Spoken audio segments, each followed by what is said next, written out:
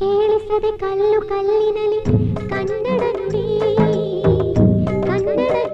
ಚಂದನವನದಲ್ಲಿ ಕನಸಿನ ರಾಣಿ ಮಾಲಾಶ್ರೀ ಅವರ ಬಗ್ಗೆ ಯಾರಿಗೆ ತಾನೇ ಗೊತ್ತಿಲ್ಲ ಹೇಳಿ. ಅಂದಿನ ಕಾಲದ 90ರ ದಶಕದಲ್ಲಿ ಎಲ್ಲರ ನಟರ ಜೊತೆ ನಾಯಕಿಯಾಗಿ ಮಿಂಚಿರುವ ನಟಿಯವರು. ಆದರೆ ಡಾಕ್ಟರ್ ರಾಜ್ಕುಮಾರ್ ಹಾಗೂ ವಿಷ್ಣುವರ್ಧನ್ ಅವರ ಜೊತೆ ನಟಿಸಲು ಸಾಧ್ಯವಾಗದೇ ಇರುವುದು ತುಂಬ ನೋವಿನ ಸಂಗತಿ. ಮೊದಲನೆಯದಾಗಿ ಕನಸಿನ ರಾಣಿ ಮಾಲಾಶ್ರೀಯವರು ಈ ಒಂದು ಬೆಳ್ಳಿ ತೆರೆಗೆ ಯಾವ ರೀತಿ ಬಂದರು ಎನ್ನುವುದನ್ನು ನೋಡೋಣ. ಇವರನ್ನು ಕನ್ನಡ ಚಿತ್ರರಂಗಕ್ಕೆ ಪರಿಚಯಿಸಿದ್ದು ಡಾಕ್ಟರ್ ರಾಜ್ಕುಮಾರ್ ಹಾಗೂ ಪಾರ್ವತಮ್ಮನವರು. ಪಾರ್ವತಮ್ಮ ಹಾಗೂ ಡಾಕ್ಟರ್ ರಾಜ್ಕುಮಾರ್ ಅವರಿಗೆ ಚಿ ಉದಯಶಂಕರ್ ಅವರು ಮಾಲಾಶ್ರೀ ಅವರನ್ನು ಪರಿಚಯಿಸುತ್ತಾರೆ. ಈ ರೀತಿ ಪರಿಚಯಿಸಿದ ನಂತರ ಆಗಾಗಲೇ ರಾಘವೇಂದ್ರ ರಾಜ್ಕುಮಾರ್ ನಟಿಸಿದ ಮೊದಲ ಸಿನಿಮಾ ಯಾವುದೇ ರೀತಿಯ ಹಿಟ್ ಆಗಿರಲಿಲ್ಲ. ಎರಡನೇ ಸಿನಿಮಾ ನಂಜುಂಡಿ ಕಲ್ಯಾಣ ಚಿತ್ರಕ್ಕೆ ನಾಯಕಿ ನಟಿಯಾಗಿ ಮಾಲಾಶ್ರೀ ಅವರನ್ನು ಆಯ್ಕೆ ಮಾಡುತ್ತಾರೆ. ಈ ಒಂದು ಚಿತ್ರದ ಮೂಲಕ ಇಬ್ಬರಿಗೂ ಕೂಡ ಯಶಸ್ಸು ತಂದುಕೊಡುತ್ತೆ. ಆ ಒಂದು ಸಿನಿಮಾ ಬ್ಲಾಕ್ ಬಸ್ಟರ್ ಹಿಟ್ ಆಗುತ್ತೆ. ಹೀಗೆ ಮಾಲಾಶ್ರೀ ಅವರು ವರ್ಷಕ್ಕೆ 8 ಸಿನಿಮಾಗಳನ್ನು ಮಾಡುತ್ತಾ ನಾಯಕಿ ನಟಿಯಾಗಿ ಮಿಂಚುತ್ತಾರೆ. ಇವರ ಎರಡನೇ ಸಿನಿಮಾ ಬೆಳ್ಳಿ ಕಾಲುಂಗರ. ನಟ ಸುನಿಲ್ ಜೊತೆ ನಟಿಸಿದ ಈ ಒಂದು ಸಿನಿಮಾ ಸಖತ್ ಹಿಟ್ಟಾಗಿ ಬ್ಲಾಕ್ ಬಸ್ಟರ್ ಹಿಟ್ಟಲ್ಲೇ ಉಡೀಸ್ ಮಾಡುತ್ತೆ. ಇದಕ್ಕೆ ಹಾಡುಗಳು ಕೂಡ ಕಾರಣ ಎನ್ನಬಹುದು. ಯಾಕೆಂದರೆ ಆ ಕಾಲದಲ್ಲೇ ಹಂಸಲೇಖರ್ ಅವರು ಈ ಒಂದು ಸಿನಿಮಾಗೆ ಹಾಡುಗಳನ್ನು ಸಂಯೋಜನೆ ಮಾಡಿದರು. ಈ ಒಂದು ಹಾಡುಗಳು ನೀವು ಕೇಳಿರಬಹುದು, ತುಂಬಾ ಸಖತ್ತಾಗಿ ಇರುತ್ತವೆ. ಈ ಒಂದು ಹಾಡುಗಳ ಮೂಲಕ ಸಿನಿಮಾ ಕೂಡ ಅಷ್ಟೇ ಹಿಟ್ಟಾಗಿ ಸಖತ್ ಫೇಮಸ್ ನಟಿಯಾಗಿ ಮಿಂಚುತ್ತಾರೆ. ಹೀಗೆ ಮಾಲಾಶ್ರೀ ಅವರ ಜೊತೆಗೆ ನಟನೆ ಮಾಡಿದವರೆಲ್ಲ ಕೂಡ ಟಾಪ್ ನಟರಾಗಿ ಹೊರಹೊಮ್ಮುತ್ತಿದ್ದರು. ಆದರೆ ಆ ಸಮಯದಲ್ಲಿ ಒಬ್ಬ ಮಾಧ್ಯಮದ ಪತ್ರಕರ್ತರು ಮಾಲಾಶ್ರೀ ಅವರಿಗೆ ನಿಮ್ಮ ಯಶಸ್ಸಿನ ಕಾರಣವೇನೆಂದು ಪ್ರಶ್ನೆಯನ್ನು ಕೇಳ್ತಾರೆ.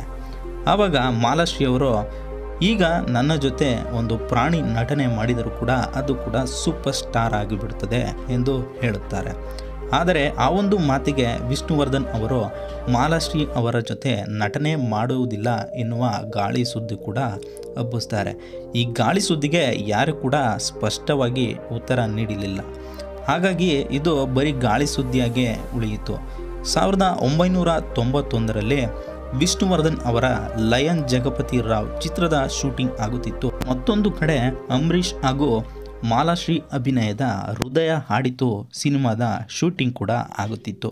ಈ ಸಂದರ್ಭದಲ್ಲಿ ವಿಷ್ಣುವರ್ಧನ್ ಅವರು ಯೋಚನೆ ಮಾಡಿ, ಎರಡೂ ಚಿತ್ರಗಳು ಒಟ್ಟಿಗೆ ತೆರೆ ಮೇಲೆ ಬಂದರೆ ಯಾರಿಗೂ ಕೂಡ ಪ್ರಯೋಜನವಾಗುವುದಿಲ್ಲ ಎಂದು ನಟ ಅಂಬರೀಷ್ ಅವರಿಗೆ ವಿಷ್ಣುವರ್ಧನ್ ಕಾಲ್ ಮಾಡಿ ನಿಮ್ಮ ಹೃದಯ ಹಾಡಿತು ಸಿನಿಮಾವನ್ನು ಸ್ವಲ್ಪ ಸಮಯದ ನಂತರ ಬಿಡುಗಡೆ ಮಾಡುವಂತೆ ಮನವಿ ಕೂಡ ಮಾಡಿಕೊಂಡ್ರು ಅಂತ ಹೇಳಲಾಗುತ್ತದೆ.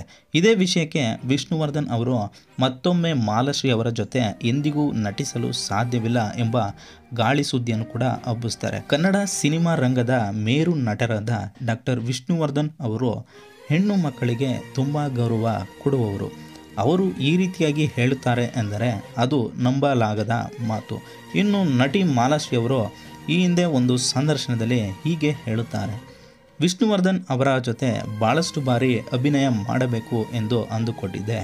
ಆದರೆ ನಮ್ಮಿಬ್ಬರಿಗೂ ಒಪ್ಪುವಂಥ ಕತೆ ಸಿಗದೇ ಇದ್ದ ಕಾರಣ ನಮ್ಮಿಬ್ಬರಿಗೂ ಒಟ್ಟಾಗಿ ಸಿನಿಮಾ ಮಾಡುವ ಅದೃಷ್ಟ ದೊರಕಲಿಲ್ಲ ಎಂದು ಹೇಳಿದ್ದಾರೆ.